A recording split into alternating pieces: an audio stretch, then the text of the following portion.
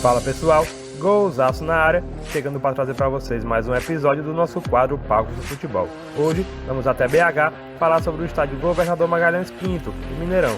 Você vai saber tudo sobre a história do maior estádio de Minas Gerais. Antes, deixa o like aí, também se inscreve no canal e já ativa o sininho. O estádio Governador Magalhães Pinto fica na Avenida Antônio Abraão Caram, em Belo Horizonte, capital de Minas Gerais.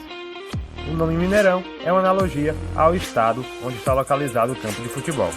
O estádio foi construído na década de 60. O futebol de Minas Gerais crescia e os estádios de América, Atlético e Cruzeiro já não comportavam mais os jogos dessas equipes. Os estádios eram acanhados e não comportavam uma grande quantidade de torcedores. Com isso, houve a necessidade de construir um estádio que pudesse receber um maior número de torcedores para as partidas de futebol. Mais de 7 mil operários trabalharam na obra e a capacidade inicial do estádio do Mineirão era ali na casa de aproximadamente 130 mil torcedores. Sua inauguração foi no ano de 1965 em um amistoso entre a seleção mineira e a equipe do River Plate da Argentina.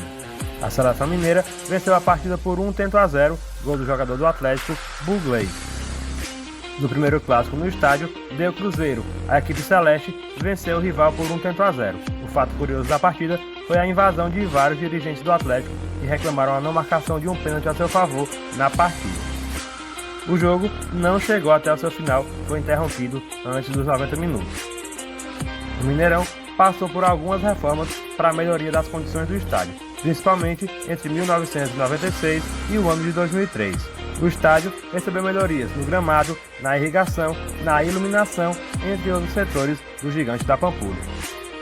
A principal reforma no estádio foi para que o estádio pudesse virar uma arena e assim receber a Copa do Mundo do Brasil no ano de 2014. O estádio foi fechado em 2010 e o último jogo antes da reforma foi um jogo entre Atlético Mineiro e Ceará, válido pelo Campeonato Brasileiro daquele ano. Como o estádio Independência também estava fechado para a reforma, as equipes de Belo Horizonte passaram a utilizar a Arena do Jacaré em Sete Lagoas para mandar os seus jogos. Entre as principais modificações do Mineirão estiveram o rebaixamento do gramado para que a torcida pudesse ter uma visão melhor ainda do campo, a reforma da coberta para que todos os lugares ficassem protegidos de intempéries climáticas, a modernização dos vestiários, entre outras melhorias. A reforma diminuiu a capacidade do estádio e hoje o Mineirão pode receber ali na casa de 64 mil torcedores.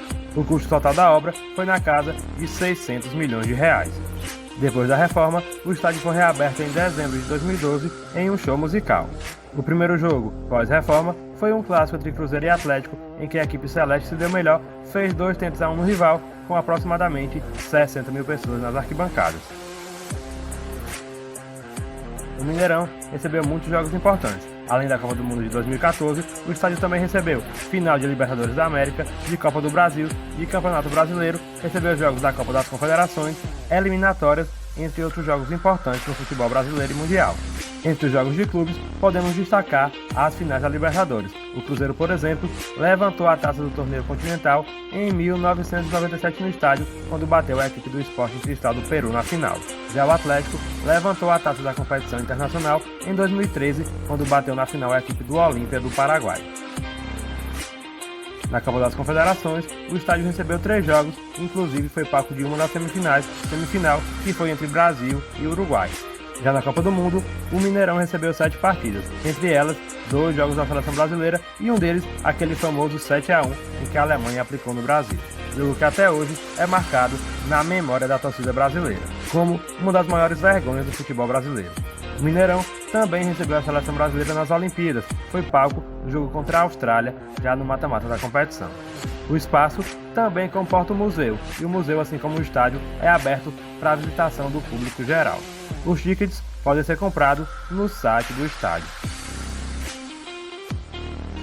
Em se falando em recorde de público, o maior público do Mineirão foi em um show da banda Diante do Trono em 2001, que teve mais de 210 mil pessoas. Já se falando em futebol, o maior público do Mineirão foi no ano de 1997, em um jogo entre Cruzeiro e Vila Nova de Nova Lima, válido pelo Campeonato Mineiro daquele ano. No total, mais de 132 mil pessoas assistiram ao duelo entre as equipes de Minas Gerais. Fecham o pódio dos 3 maiores públicos, 2 clássicos entre Cruzeiro e Atlético Mineiro. Já a maior renda do estádio é de um confronto entre Brasil e Argentina, em que rendeu mais de 18 milhões de reais aos cofres da CBF. Se você gostou do vídeo, não esquece de deixar o like esse que vai ajudar demais o Golzaço a levar esse vídeo para o maior número de pessoas. Se não é inscrito no canal ainda, já se inscreve no canal, ativa também o sininho e também segue a gente nas redes sociais. Estamos no Instagram e também no TikTok. Vai lá, procura por @Golzaço e segue a gente também nas plataformas vizinhas. Quer ver o seu estádio, o estádio do seu time do coração ou da sua cidade aqui? Perde tempo não, vai lá nos comentários, use o espaço para interagir e pedir o estádio da sua preferência. Um abraço e até a próxima.